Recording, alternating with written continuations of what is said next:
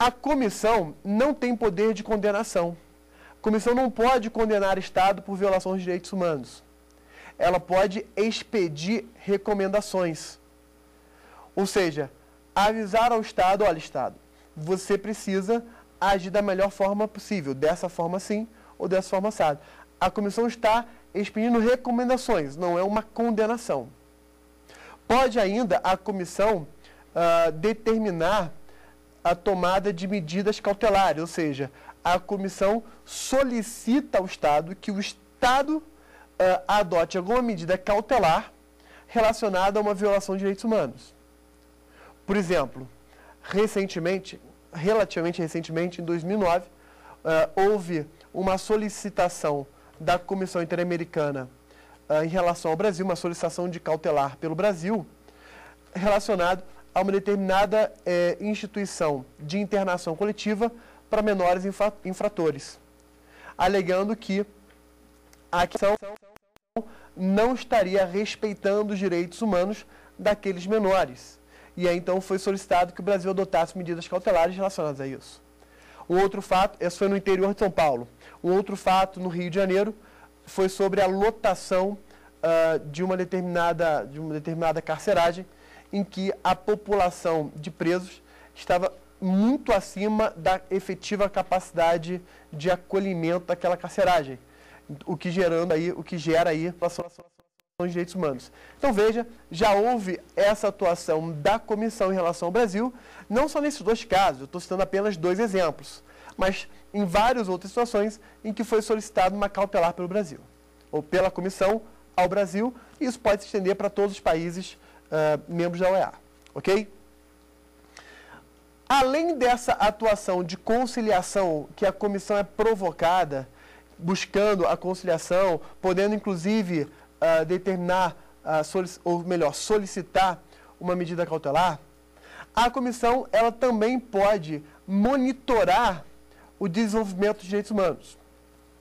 Como é que se dá esse monitoramento feito pela comissão?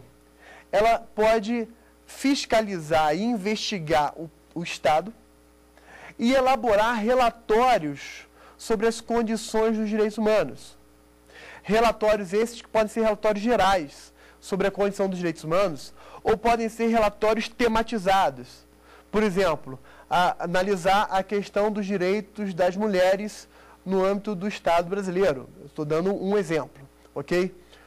Pode ser um relatório geográfico, onde então se analisa a condição dos direitos humanos em determinada localidade especificamente.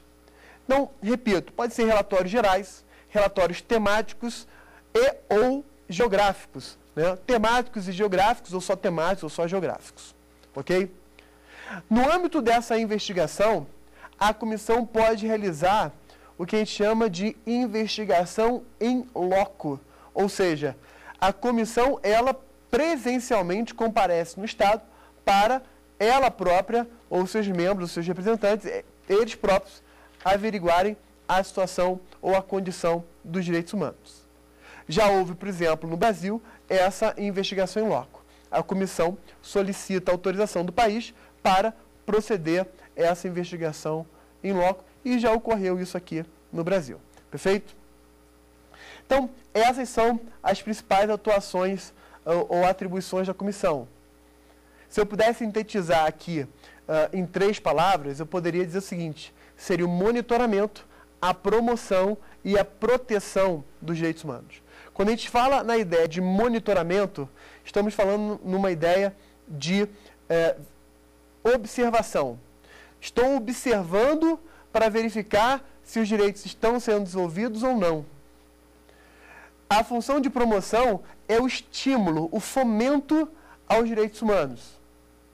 E a proteção é quando a comissão atua aí já de forma um pouco mais efetiva nas hipóteses de violação ou pelo menos de ameaça de violação aos direitos humanos. Uma vez que a comissão tenha atuado, expedida a recomendação, o Estado, obviamente, poderá atender essa recomendação ou não poderá atender. Se eventualmente o Estado não atender uma recomendação da comissão, poderá a própria comissão provocar a Corte Interamericana para que a Corte atue de forma mais efetiva, realizando aqui uma função de verdadeiro contencioso relacionado aos Estados. Perfeito?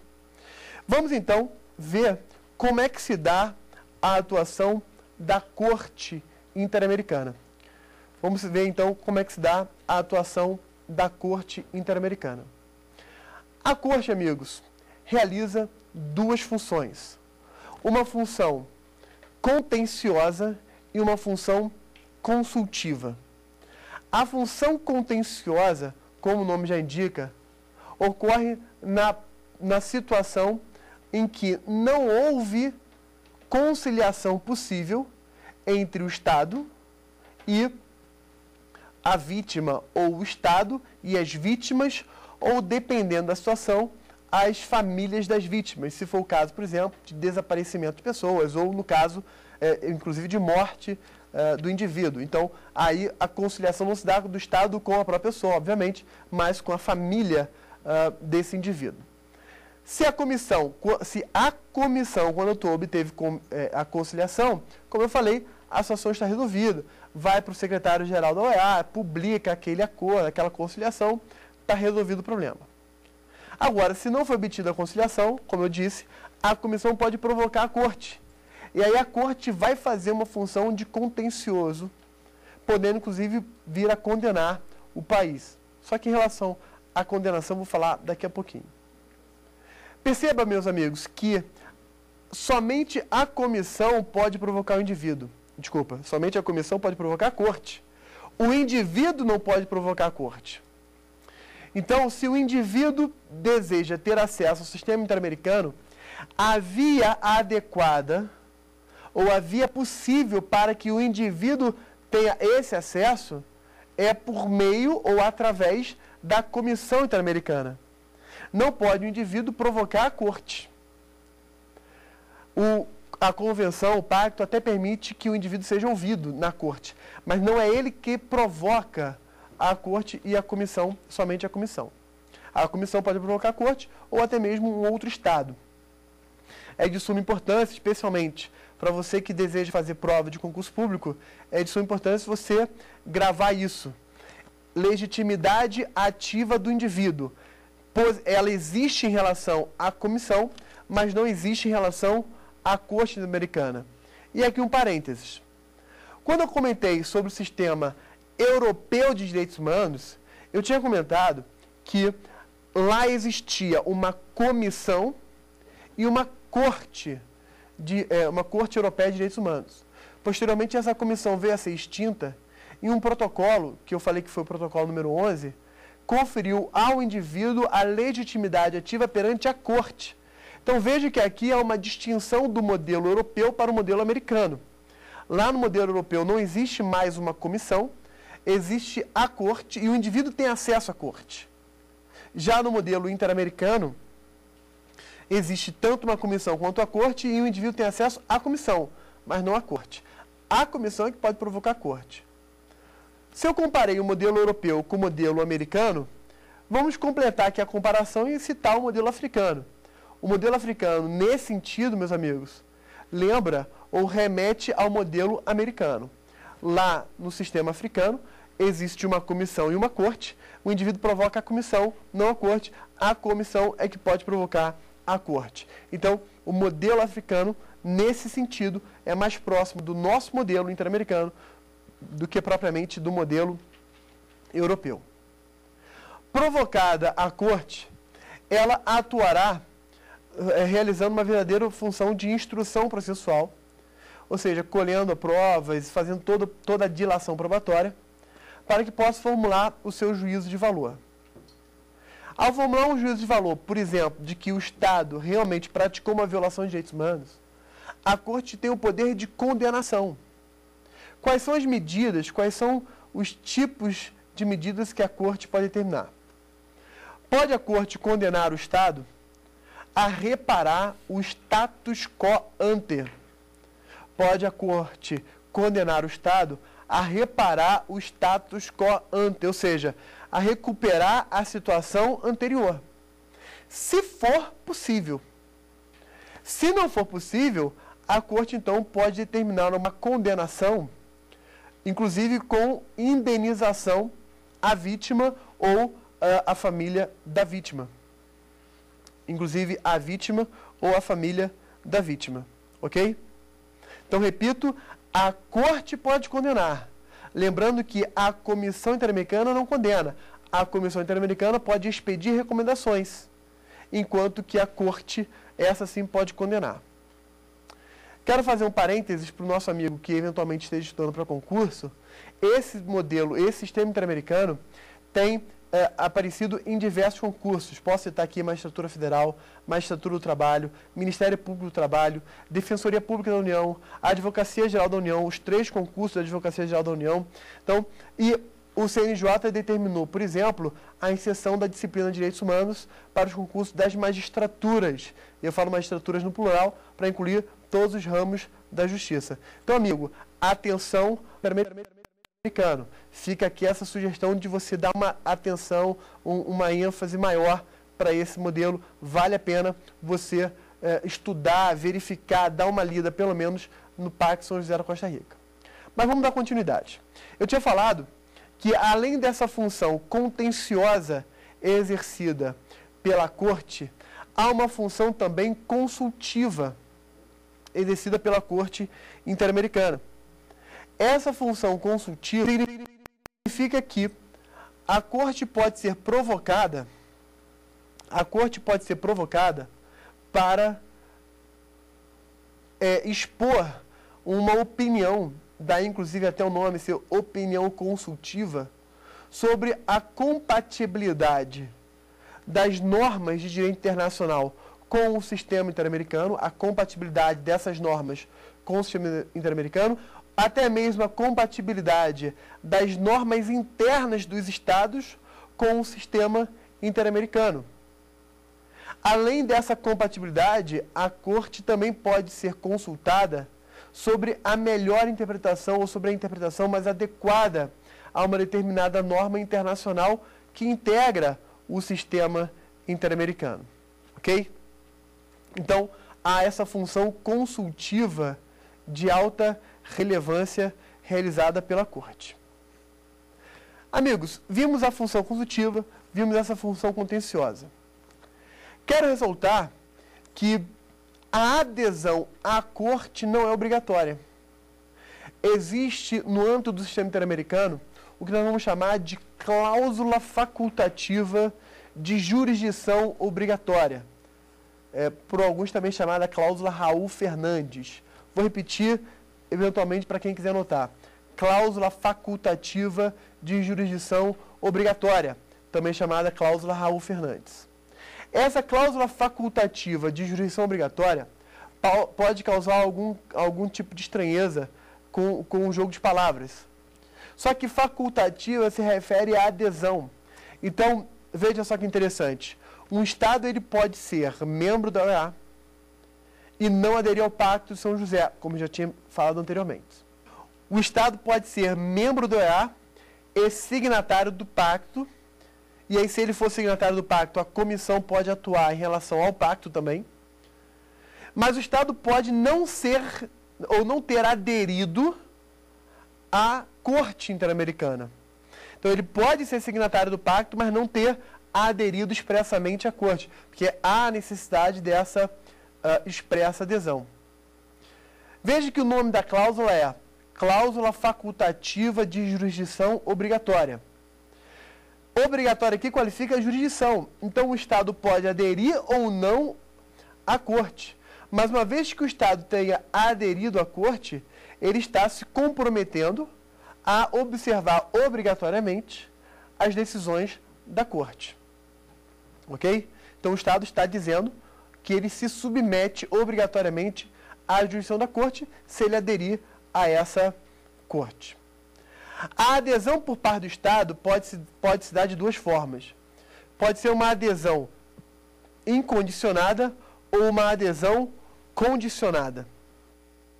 Na adesão condicionada, o Estado admite a jurisdição da Corte Se o outro Estado que eventualmente demande a Corte, se outro Estado que eventualmente leve ao conhecimento da Corte a infração, a violação de direitos humanos, se esse outro Estado também for membro da Corte, ou também tiver aderido à Corte. Então, um país ele pode aderir à Corte de forma condicionada e dizer o seguinte, olha, só aceito que um Estado provoque a Corte se esse próprio Estado também estiver sujeito à Corte. Ou a jurisdição pode ser incondicionada, ou melhor, ou a adesão à jurisdição pode ser incondicionada, onde o Estado aceita a jurisdição da Corte, independentemente de o outro Estado eventualmente ser ou não aderente à Corte. Perfeito? Então, cuidado com esse tipo de adesão. Amigos, o Brasil aderiu à Corte em 1998. Veja que, como eu já tinha citado, a incorporação do Pacto Internacional dos Direitos Humanos se deu em 1992 aqui no direito brasileiro. Só que apenas em 98 o Brasil efetivamente aderiu à Corte. Nesse momento, antes de dar continuidade, quero perguntar aos nossos amigos se há até aqui, se há alguma dúvida, se vocês querem fazer algum tipo de dúvida. Uma pergunta, professor. A Assembleia Geral da OEA pode ser considerada algo específico de proteção do sistema interamericano? Boa pergunta, Anderson. Pergunta que, inclusive, já foi objeto de prova de concurso público. Especificamente do Ministério Público Federal, Ministério Público do Trabalho, isso já caiu algumas vezes. Amigos, a Assembleia Geral da OEA é um órgão da OEA e não pode ser considerada como órgão protetivo do sistema interamericano.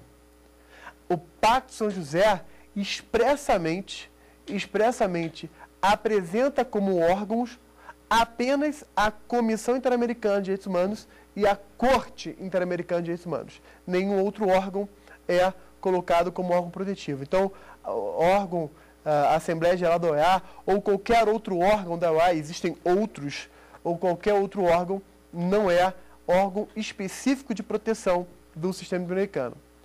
Aliás, a título de curiosidade, vale a pena fazer referência, Anderson, que a Comissão Interamericana, como ela é órgão da OEA e também órgão do sistema interamericano, né, como eu falei, aquela dupla função exercida pela OEA, ela está sediada em Washington, nos Estados Unidos. Enquanto que a Corte Interamericana, né, o Tribunal Interamericano, está sediado em São José da Costa Rica, que é exatamente o mesmo local onde foi elaborado o pacto, né, a Convenção Americana, que é o Pacto de São José da Costa Rica. Então é interessante aí uma curiosidade, que a sede da comissão é uma sede distinta da sede da Corte, o que demonstra ainda mais essa característica da comissão a atuar em relação aos dois modelos, tanto no âmbito da OEA quanto no âmbito do sistema interamericano. Perfeito, Anderson? Mais alguma outra pergunta? Juliane, André? O Brasil foi condenado pela Corte? Já foi condenado pela Corte? Pergunta interessante. O Brasil já foi condenado. Houve um caso onde o indivíduo foi levado para um hospital psiquiátrico público.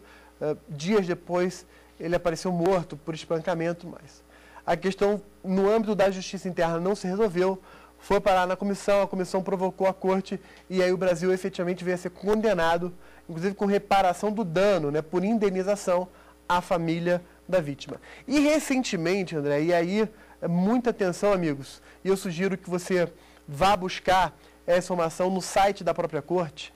O site da Corte é fácil, uma pesquisa qualquer na internet você chega a ele. O Brasil, final do ano passado, foi condenado mais uma vez, onde a Corte entendeu que a lei de anistia brasileira não teria validade jurídica em relação ao sistema interamericano. Então, caso extremamente interessante, porque difere da posição do nosso direito pátrio. A Convenção Americana, segundo a Corte, prevaleceria sobre a legislação brasileira e essa legislação brasileira não teria valor jurídico, não teria validade jurídica.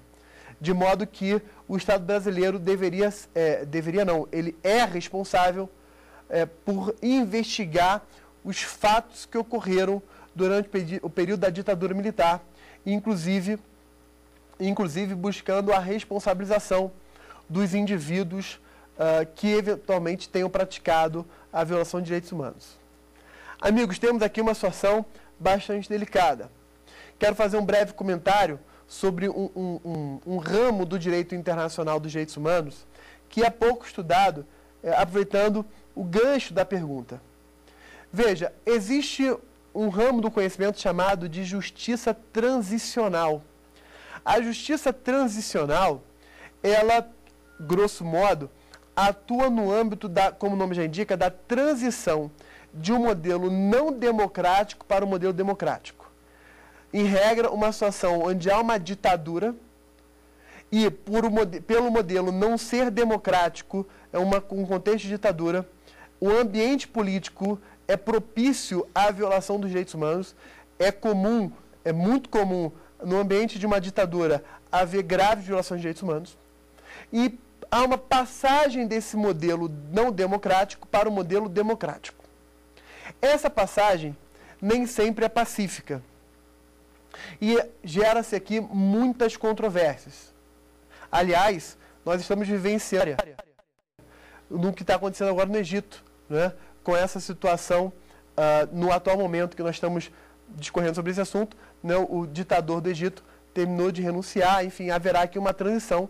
O governo militar, né, os militares que estão exercendo o governo já se pronunciaram de que vão ficar apenas 6 meses ou até haver novas eleições. É um momento de transição. Mas eu quero citar aqui África, por exemplo, América Latina, onde vários deram lugar à democracia.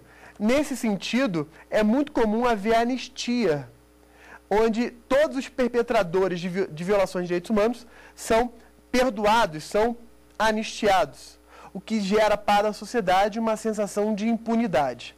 É uma questão relevante e a Corte Interamericana se posicionou recentemente no sentido de que a legislação brasileira seria contrária aos direitos humanos e, portanto, deveria haver, sim, a responsabilização desses indivíduos. Ok?